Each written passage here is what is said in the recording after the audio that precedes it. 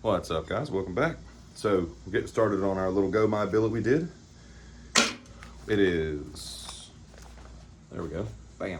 15 and 20 outer layers, twist Damascus around a 1084 cord. We're sitting at about 5 inches length.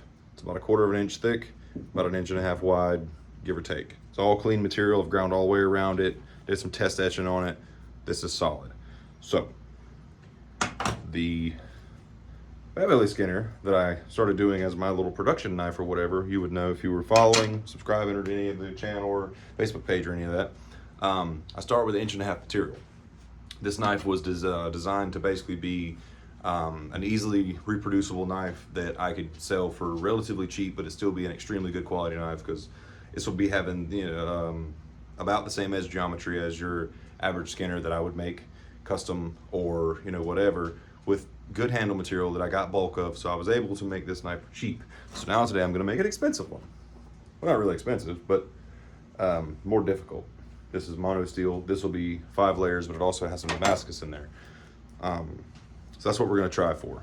So I'm not going to be filming the whole forging process. You get the idea. I'm just going to draw this down with a straight peen, get length out of it, stalker.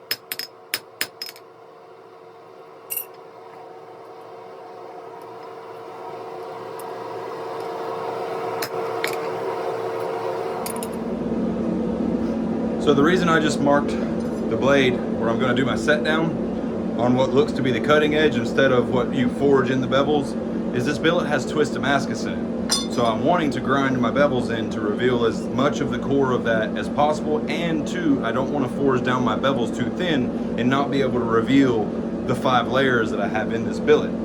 So what I'm going to do, ooh, it's hot. What I'm going to do is I'm going to forge it rough to shape, and then I'm just going to flatten it off, addressing it or whatever, and I'm going to do stock removal because I don't want to get too, I am going to get kind of aggressive, but I don't want to do too much to distort the pattern. I'm not so much worried about the layers coming apart. If they were going to do that, they would have done it when I forged the tip. So I'm just going to keep slowly inching my way towards it with the end goal in mind of stock removal.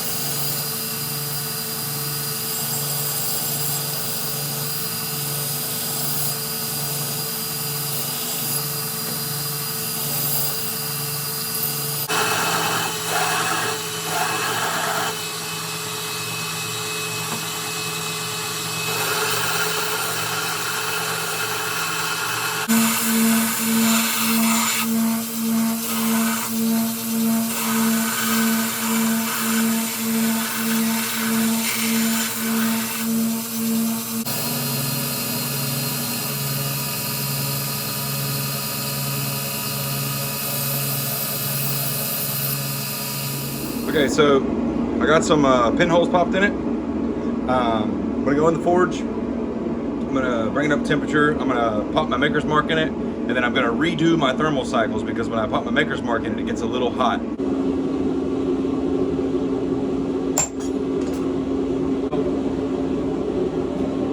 Cool thing about it is I can see the pattern showing through. Bad thing about that is that means my outer layer is mostly gone. So I'm anticipating a warp, so I got my other vise over there set up, because if it's showing some material on the center,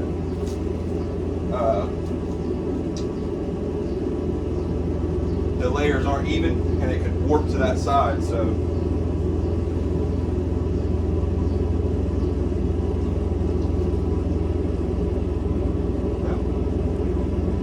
stay straight. It's straight.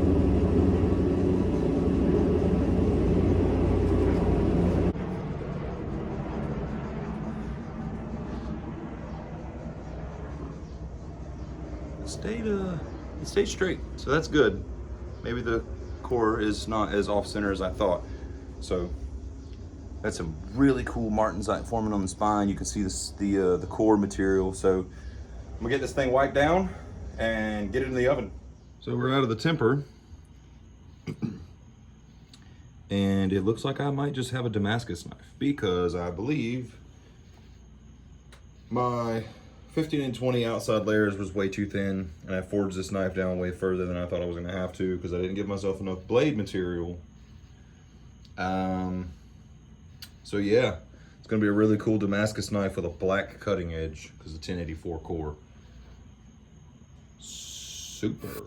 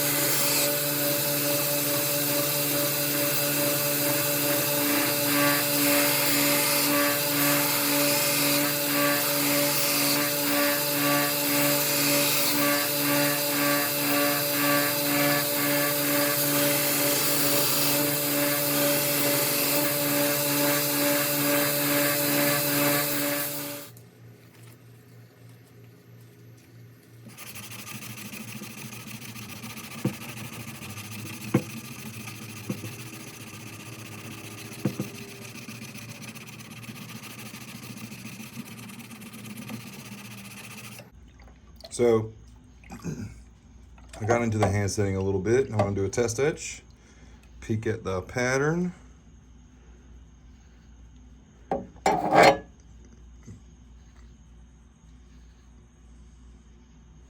Can't really see it because it's still pretty rough, but yeah, definitely lost 15 and 20 layer on the outside. So, oh Jesus. Okay, so we're out of the acid. I was right. The very thin layer of 15 and 20 is gone. To get through the forward scale, pretty much had to grind it off. I mean, it's pretty cool because the Damascus is basically very lightly scattered over that 1084 core on this side, and this side it's kind of closer towards the edge.